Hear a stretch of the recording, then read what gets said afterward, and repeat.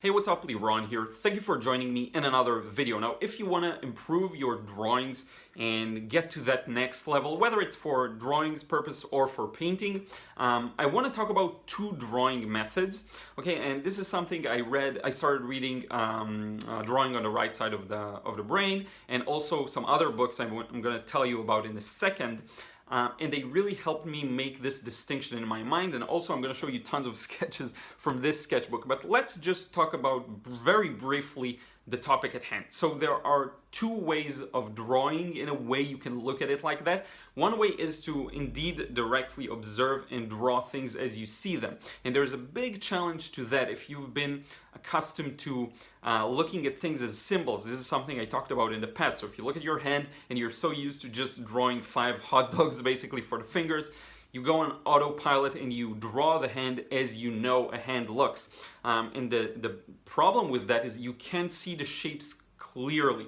Okay, so what you want to do in this method is really try, and there's a lot of tricks to seeing things more clearly. You can mirror stuff, you can look at them upside down, and then draw them exactly as you see them. That's one way. But for me now, I want to develop the other way, and that is to be able to construct things from imagination. And that's the opposite, because what you do here is you know what it is you're drawing, for example, a nose or a dog or a tree, and you construct it in your mind and you understand its shapes and you understand what it looks like in space, and you can rotate it, twist it, change it around, and then you draw based on that. And I have a bunch of sketches here I'm going to show you. We're going to go over this quick. I'm going to show you the exact studies I did and how I'm tackling this new problem, and I think it can really boost your drawings. Even if you're doing this for the purpose of painting, you're doing watercolors, if you can improve the drawing and make it more understandable to you and to make more sense and be more realistic, it can really enhance your work. So let's take it to the table. I'm going to show you some of the work I did here. So let's get to it, but before I show you the sketches, I just wanted to show you this fancy sketchbook I got. Well, it's not really fancy, but it's just a nice looking one. So I did everything here. Now, the two books I mentioned, one is Drawing on the Right Side of the Brain, the other is Figure Drawing, Design and Invention. Now, here's the thing. So far, I've been really focused on drawing on a concept that is similar to what I explained on Drawing on the Right Side of the Brain, which is you look at things and you try to draw them as accurately as you can. So you may measure the angles, you may look at the scene and figure out how it intersects with the borders of your paper. All sorts of things and tricks like that, and looking at the different relations between objects, very important skills. But now I want to become more proficient in, again, the constructing things. And so a lot of the work that this book, the second one, Figure Drawing, Design and Invention, does is it really teaches you the structure in a simplified manner. Now, again, you may not be interested in that in particular or exactly these same approaches, but I do want to show you why it's important. So let me show you. Here are a couple of gestures I did maybe several months ago. Now, gesture drawing, you're basically drawing the human figure and you focus on motion and movement. So look at these, they really flow, and I think they convey really well the poses of the character. Let me show you a couple of others here. You see, these really are meant to show the gesture, the movement. However, if you look at them, one thing they don't have is structure. Especially look at these ones, you know, it's very loose, very, you know, a use of a lot of curved lines. There isn't, again, enough underlying structure, and this is great if you're looking at something and you're drawing it. But if you actually want to recreate it, this approach that I'm going to show you here is a little more important. So it starts with the basics. Let me show you of balance and, you know, maintaining the balance of the human body when you're drawing it. A bit about asymmetry and how it's helpful for conveying the dynamic sense of the human body and avoiding this snowman thing. It talks a bit about, again, movement, repetition, changing the timing of different lines, a bit about creating volume and three-dimensionality. But then, as we get to the human structure, it actually starts with the spine. So you actually learn the structure of the spine, how it comes out from the neck, wraps around the rib cage, and all of that. Now, one thing that's really indicative of this more constructive approach is this exercise I did here. So I studied it from the book, from the multiple angles it showed, but then I worked on rotating it in my mind. So basically this is what it would look like from the front. coming out of the neck, going back and wrapping around the rib cage, and then coming back and connecting into the pelvis or the pelvic bone. And here I'm actually rotating it in my mind. So let me show you. I actually thought about it and figured out, okay, this is front, so this is 3/4 front. So if it looks like this from the front, it will look like that from 3/4, and then it will look like this from the side, and then it will look like this from 3/4 back. So all of these exercises, rotating things in your mind, that's a big difference from observing and drawing. And again, two approaches, both are valid.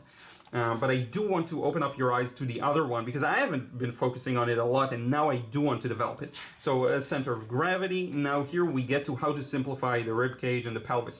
If you can learn how to use three-dimensional shapes and rotate them in your mind's eye, in space and in perspective, then you can create these more complex structures like the rib cage and the pelvis and all of that. Now I have a couple of videos showing how to do this. This is definitely not going to go into how-tos, just sharing with you this other method of drawing, if you will. And you can search for these, how to draw three-dimensional shapes. Other people, frankly, cover this topic better on YouTube because, again, it's not my focus. Now, I want to show you something interesting. The more you get into these different gestures, I'm starting to actually incorporate some structure to it. So you get to see some of the rib cage and the pelvis.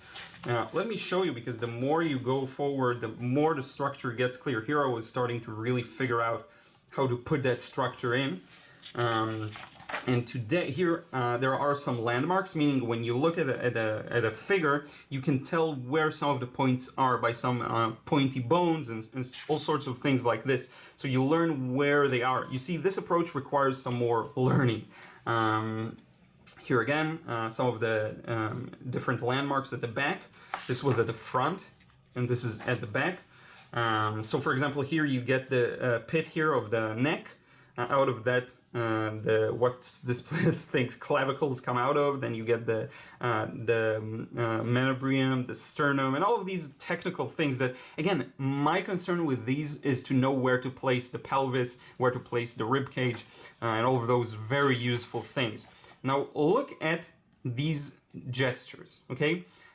You see how there is much more structure here, and the movement is pretty clear, swinging a sword. If you compare it to something like this, look at the difference in how much structure this has, but hopefully it still maintains the gesture. So the challenge is, how do I add structure while still maintaining the fluidity of movement and the feeling of gesture? Okay, and look at these as well. There's a really good, in my opinion, I'm going to show you some of these up close, there's really a good sense of structure underlying all of these gestures. Okay, and that's a really important thing that I want you to maybe consider focusing on. This is actually the end of everything I did here, but look at it. It's really quite a starking difference in the structure. Okay, this is great as one exercise. This is great as another one. And if you want to construct things in your own mind, again, you kind of have to get a bit of a knowledge of anatomy and how things are constructed. You can greatly simplify it, but you do need to know where things fall. And hopefully this relatively new approach to me will allow me to construct things more from imagination. My goal is for my comic, for my manga, to be able to get some, at least like a third of the way like this, and from my imagination, and then add the details using reference, because right now I really have to heavily rely on reference. Now, how can this help you? Again, by doing these two approaches, it will greatly benefit the drawing that underlies your painting. If you're here, because I know a lot of my audience is for watercoloring and painting, it can really help you with that, provide a good structure for the painting. And if you just want to improve your drawings, this is a really important way. You actually have to study the subject, and then if you can do these exercises where you actually rotate the structure, I had a good example of this here, you actually rotate the structure from imagination. So here's the front, here's 3/4, here's side, here's 3/4 from back, here's a little more. You keep rotating it from imagination. I also showed you this, I believe, with my portraits in my larger gray sketchbook. But in any case, I hope that makes sense, and I hope it gives you something to think about. I will drop, again, links in the description box below for the books and everything. You can check them out, check out the resources. There's a lot of information on YouTube that's really useful. I hope you enjoyed this one, and now we can wrap it up face to face. So thank you so much for watching. One of the things that have become more and more clear to me as I dive deeper on this topic is that The more I learn, the more I understand how much I don't know, and you can dive really deep on every small detail and learn a lot. Now, for me personally, it's for the purpose of my manga. I do want to improve that skill. It's really important for me to be able to at least get a third in of the drawing done from my imagination, because it's just so much faster than if you have to really heavily rely on references, which is one of the problems I ran into. When you're drawing a comic, you're drawing a simplified version perhaps of the human body, and you want to draw it the way you want to. It's not reactionary to something you see. So when you're on the path of painting and watercolor and oil, whatever it is you do, and you're very focused on observing things clearly and drawing them and painting them too as you see them, you can develop this one-track mind and become a one-trick pony, so to speak, of only looking at things and rendering them, which is a great skill, an important skill to have, and if you're only into painting, that's perfectly fine. But if you want to be able to construct things, if you want to be able to create them from your imagination, and even just get the basics from imagination and then rely on references, it's really important to develop that other way around. Okay, I hope that makes sense. It is a big challenge. As you've seen, I'm now in the pelvis and torso and head, but there's so much to learn. I'm going to get to arms soon and dive more deep on that, to legs, just understanding even the bone structure under them. And again, you don't have to go this deep. For me, it is important, and for the purposes I'm after. So it's just one more thing to consider, and be sure to check out, again, the books I mentioned, Drawing on the Right Side of the Brain, the other one on gestures. I'm going to put the links to everything down below, because I think they're really helpful, even in conjunction to two of them together, especially if you're just getting started. So in any case, thank you so much. Let me know your thoughts on this, and if you've been doing one of the ways or both of the ways. I'm really curious to hear your current approach to this, because I may base some of my future courses and lessons on that. So let me know in a comment down below, and don't forget to drop a like if you enjoyed this video. It really helps me reach more people. Subscribe if you still aren't. I have tons of videos like this one, just talking, showing my work, others of painting processes, narrated, drawing processes. So I really am trying to give as much as I can. Thank you so much, I really appreciate it, and I will see you again in the next video real soon.